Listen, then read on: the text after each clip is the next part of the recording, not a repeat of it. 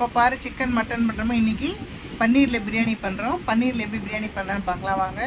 பன்னீர் இது மாதிரி கட் பண்ணி எடுத்துங்க. அது கூட மஞ்சள்தூள், மிளகாத்தூள், கொஞ்சம் கார்ன்ஃப்ளவர் பவுடர் போட்டு லைட்டாக இப்படி நெசுங்காமல் கிளறி விட்டுட்டு ஒரு 10 நிமிஷம் ஊறட்டும். ஊறின பிறகு தோசைக்கல்லில் வச்சு அப்படியே லைட்டாக செவுக்கு எடுத்துடுங்க.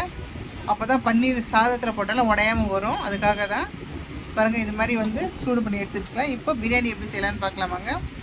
எப்பவும் செய்கிற பிரியாணி பாத்திரம் வச்சாச்சு. அதில் 100 கிராம் கோல்டு வின்னர் எண்ணெயும் 2 டீஸ்பூன் நெய்யும் சேர்த்துருக்கோம்.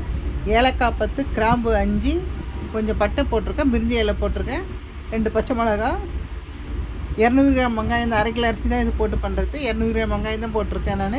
வெங்காயம் நல்லா கண்ணாடி பதத்துக்கு வந்த பிறகு தக்காளி 200 கிராம் அதையும் போட்டு நல்லா வதங்கிட்ட பிறகு லைட்டாக அப்படி மூடி வச்சுருங்க. ஃபுல்லாக செவந்து வரட்டும். பாருங்கள் எவ்வளோ அழகாக செவந்து எண்ணெய் சைடெலாம் கக்கி பாக்ஸில் எப்படி இருக்குது பாருங்கள். இப்போ புதினா ஒரு புடி போட்டுப்போம்.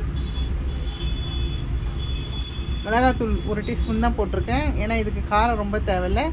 லைட்டாக இது பிரியாணிக்கு மஞ்சத்தூள் போட மாட்டோம், ஆனால் இதுக்கு கொஞ்சம் மஞ்சத்தூள் போட்டுப்போம்.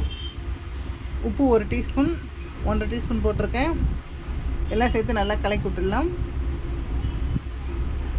இஞ்சியும் பூண்டும் சேர்த்து 50 கிராம் தான் போட்டிருக்கேன் நான். நார்மலாக 1 கிலோவுக்கு 150 கிராம் போடுவோம். இது பன்னீர்னால கொஞ்சம் காரம் அதிகமாக தேவைப்படாது. சிக்கன் மட்டன்னா அதிகமாக தேவைப்படும். அதனால் 50 கிராம் இஞ்சி பூண்டு பேஸ்ட் தான் போட்டிருக்கேன். எல்லாத்தையும் சேர்த்து நல்லா வதக்கியாச்சு. இப்போ தயிரும் கம்மியாக போதும், புளிப்பு ரொம்ப தேவையில்லை. இதுக்கு ஒரு 20 கிராம், 1 கப் அளவுக்கு தயிர் தான் போட்டிருக்கேன், சின்ன கப்பு.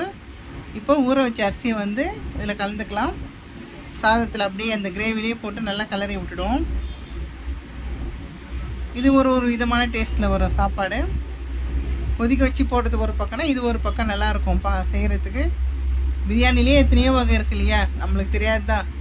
அதில் அப்படியே பன்னீர் மேலே போட்டுடலாம். அப்படியே பன்னீரை மேலே தூவிட்டு தண்ணி அளவு நான் 1 கிளாஸ்க்கு 1.5 கிளாஸ் தண்ணி வைப்பேன். ஸ்டவ்வில் செய்யறதுனால அடுப்புலன்னா 1க்கு 1 வச்சாலே போதும். இது 2 கிளாஸ்க்கு 4 கிளாஸ் தண்ணி ஊற்றியாச்சு. 250 கிராம் அரிசி அளவு இது. அதனால் 4க்கு 4, 2க்கு 4 சரியாயிடுச்சு. இப்போ பாருங்கள் அழகாக நல்லா பாருங்கள் வெந்து அழகாக வந்திருக்கா, சூப்பராக. பார்க்க சொல்ல எப்படி இருக்குது பாருங்கள். பிரியாணி பார்க்க சொல்ல சாப்பிட்ணுன்னு தோணல. அப்படியே போட்டு லைட்டாக தம் போட்டுடுவோம். எனக்கு ரொம்ப அடுப்பில் தான் செய்ய பிடிக்கும். வெயில் நேரத்தில் அடுப்பில் செய்யறதுக்கு ரொம்ப கஷ்டமாக இருக்குது. அதில் இது சின்னது பாத்திரத்துக்குலாம் அடுப்பில் செய்யறதுக்கு கொஞ்சம் இதுவாக இருக்குது. இப்போ ஸ்டவ்வில் செஞ்சுட்டு ஈஸியாக இருக்குது. பாருங்கள் சூப்பரான பன்னீர் பிரியாணி ரெடி ஆகிடுச்சி. இதுக்கு பன்னீர் 65 மசாலா செய்ய போகிறோம். அதுக்கு கொஞ்சம் மஞ்சள்தூள், 2 டீஸ்பூன் மிளகாத்தூள், 1 டீஸ்பூன் தனியாத்தூள், உப்பு 1 டீஸ்பூனு,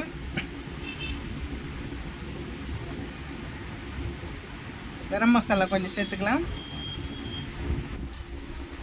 குழம்பு மிளகாத்தூள், வீட்டில் செஞ்ச குழம்பு மிளகாத்தூள் 1 டீஸ்பூன் போட்டிருக்கேன். அப்புறம் கார்ன்ஃப்ளவர் பவுடர் 2 டீஸ்பூன். அதுதான் பன்னீர் ஒட்டாமல் வரும் இல்லையா, அதுக்காக தான் போடுறோம். நம்ம எல்லாம் சேர்த்து நல்லா கலக்கிட்டு கொஞ்சம் எண்ணெய் ஊற்றி கலக்கிடலாம். பாருங்கள் இது மாதிரி கலக்கி எடுத்து வச்சுருங்க. ரொம்ப தண்ணியாக இல்லாத திக்கு இல்லாத கலந்து எடுத்து வச்சோம்னா இதை பன்னீர் இது மாதிரி நீட்டாக கட் பண்ணி எடுத்து வச்சுருக்கேன். அதுக்கு சின்ன சின்னதாக கட் பண்ணி இதுக்கு பெருசு பெருசாக கட் பண்ணி வச்சுருக்கோம். எல்லாம் சேர்த்து நல்லா கலக்கிடலாம். பொறுமையாக ஒன்றோட ஒன்று உடையாமல் அழகாக நிறுத்தி நிதானமாக செய்யணும். அது பாருங்கள் சூப்பராக இருக்குது. பாருங்கள் நல்லா கலரி எடுத்து வச்சாச்சு. ஒரு 10 நிமிஷம் ஊற்றி இப்போ தோசைக்கல்லில் ஃபுல்லாக வச்சு நல்லா சிவக்க வச்சு எடுத்துடலாம். தோசைக்கல்லில் வறுத்து எடுத்தோம்னா நல்லா சூப்பராக இருக்கும். பாருங்கள் இது நல்லா குழிக்கல், எண்ணெயை நல்லா நிற்கும். அழகாக பாருங்கள் ஃபுல்லாக ஒவ்வொரு பக்கமும் நல்லா சிவந்து 4 பக்கம் சூப்பரான பன்னீர் 65 ரெடி ஆகிடுச்சு. இன்றைக்கி மதிய லஞ்சுக்கு சுவையான பன்னீர் வெஜ் பிரியாணியும் சூப்பரான பன்னீர் 65யும் தயிர் பச்சடி, பன்னீர் 65, பன்னீர் பிரியாணி. இந்த வீடியோ பிடிச்சா லைக் பண்ணுங்கள், சப்ஸ்கிரைப் பண்ணுங்கள்.